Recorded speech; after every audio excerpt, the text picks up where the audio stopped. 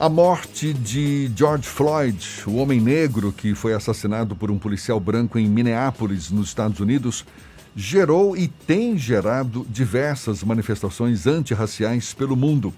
Há quem classifique a onda de manifestações como a maior desde a década de 1960 no país norte-americano. Nas ruas dos Estados Unidos e também pela Europa, a população branca tem dado suporte para os movimentos antirracistas. E isso pode ocorrer também no Brasil. Qual o lugar dos brancos nessa luta aqui no nosso país? A gente fala mais sobre o assunto conversando agora com o consultor em diversidade, inclusão e fundador da plataforma Engaja Negritude, da Educafro, Samuel Emílio, nosso convidado no Issa Bahia. Bom dia, seja bem-vindo, Samuel.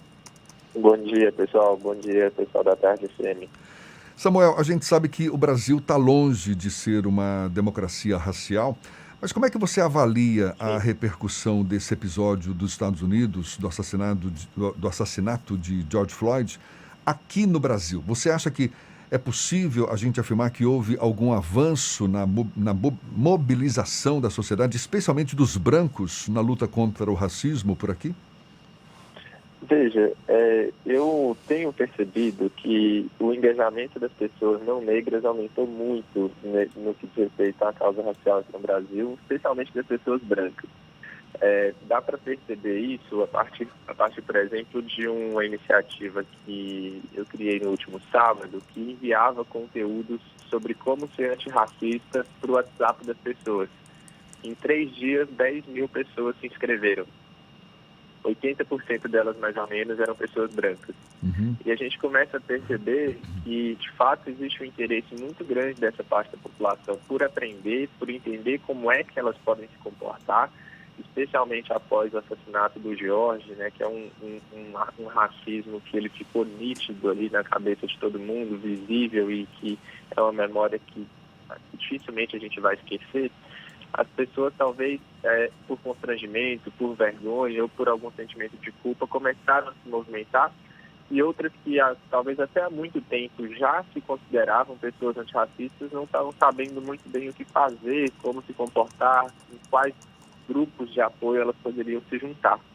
E eu sinto que esse foi um impulso para que essas pessoas começassem a se organizar e agora começassem a estudar um pouco mais sobre o assunto, sem dúvida. A diferença dos Estados Unidos para o Brasil nesse aspecto é que a comunidade negra nos Estados Unidos, ela já é uma comunidade que se enxerga enquanto comunidade negra há muitos anos. Então, os protestos e as manifestações têm a tendência de serem, inclusive, mais violentos por conta desse aspecto, pelo fato deles já estarem gritando há muitos anos, há muitos e muitos anos. É importante lembrar que a hashtag Black Lives Matter surgiu numa época em que o presidente dos Estados Unidos era um presidente negro, em que o secretário-geral de Justiça era um secretário negro. E mesmo eles sendo negros, não conseguiram entregar, processar as tensões que o movimento negro estava pedindo naquele momento, de cuidar das abordagens policiais que também acontecem de uma maneira absolutamente equivocada nos Estados Unidos. Então, esse processo não é um processo de hoje, é um processo de muitos anos, de uma luta muito grande, que culminou agora nessas manifestações maiores e que, sem dúvida, estão fazendo com que, pelo menos, o mundo oriental passe por uma grande transformação. Aqui no Brasil, a gente tem um movimento que funciona um pouco diferente. As manifestações não necessariamente são tão violentas e não necessariamente as pessoas negras brasileiras se enxergam todas enquanto negras porque passaram por um processo de embranquecimento muito forte nos últimos anos. A hashtag que você se refere, Black Lives Matter, ou seja, vidas negras importam, não é? Que vem desde o governo do Barack Obama. Aqui no Brasil, a gente sabe, os casos também são recorrentes. Por exemplo, são muitos os relatos de abordagens policiais que se dão muitas vezes sem critério ou até sem autorização judicial, abordagens a negros da periferia. acha o que está faltando para que os brasileiros acordem de vez para uma manifestação mais eficaz contra a violência e o racismo? Olha, aqui no Brasil, a gente tem uma divisão, especialmente nas grandes capitais, é uma divisão muito nítida entre os bairros onde as pessoas ricas frequentam, onde os bairros onde as pessoas mais pobres frequentam. E a polícia consegue separar muito bem, não só a polícia, mas o governo como um todo consegue separar muito bem como é que ele vai tratar cada um desses grupos. Para você ter uma ideia, aqui em São Paulo, no ano de 2019, foram realizadas 15 milhões de abordagens policiais em um ano. 15 milhões de abordagens policiais. É como se de cada 3 pessoas do estado de São Paulo, pelo menos uma tivesse tido uma atitude suspeita que foi identificada por um policial que culminou numa abordagem policial. Se você chega em um bairro rico e pergunta para as pessoas se elas conhecem alguém que foi abordado em 2019, elas não conhecem ninguém, mas teoricamente é pelo menos uma em cada 3 pessoas. Ou seja, essas abordagens são absolutamente localizadas dentro das periferias. Então, existe uma região geográfica específica onde as pessoas negras, em geral, também são onde elas vivem, onde elas recebem uma abordagem com maior frequência, né? E o problema disso é que, ao mesmo tempo que a gente está desperdiçando a energia ali dos policiais, que deveriam estar protegendo a sociedade, no geral, a gente está limitando, mesmo que provisoriamente, a liberdade daquelas pessoas. É como se fosse um mecanismo de manipulação social, ao invés de ser um mecanismo de segurança pública. Se ele tivesse sendo eficiente, a gente ainda teria algum argumento para discussão. Entretanto, 0,8%, apenas 0,8% dessas abordagens culminaram em prisão em flagrante. 99,2% das abordagens foram absolutamente desperdiçadas. Eles investigaram pessoas que, teoricamente, eram suspeitas, mas que não haviam nada com elas, não tinha nada de errado.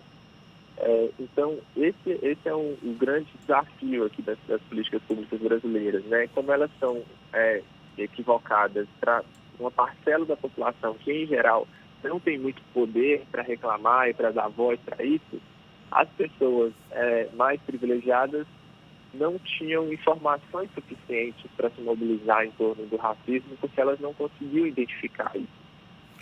Agora, mesmo que esse assassinato tenha acontecido lá nos Estados Unidos, as pessoas começaram a perceber que também acontecem assassinatos aqui no Brasil,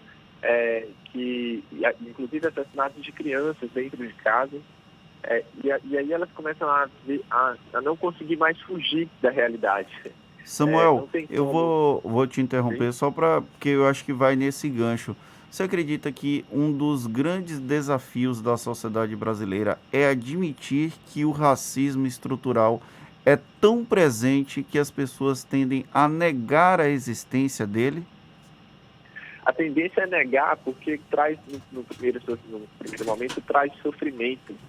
E ninguém gosta de abraçar o sofrimento.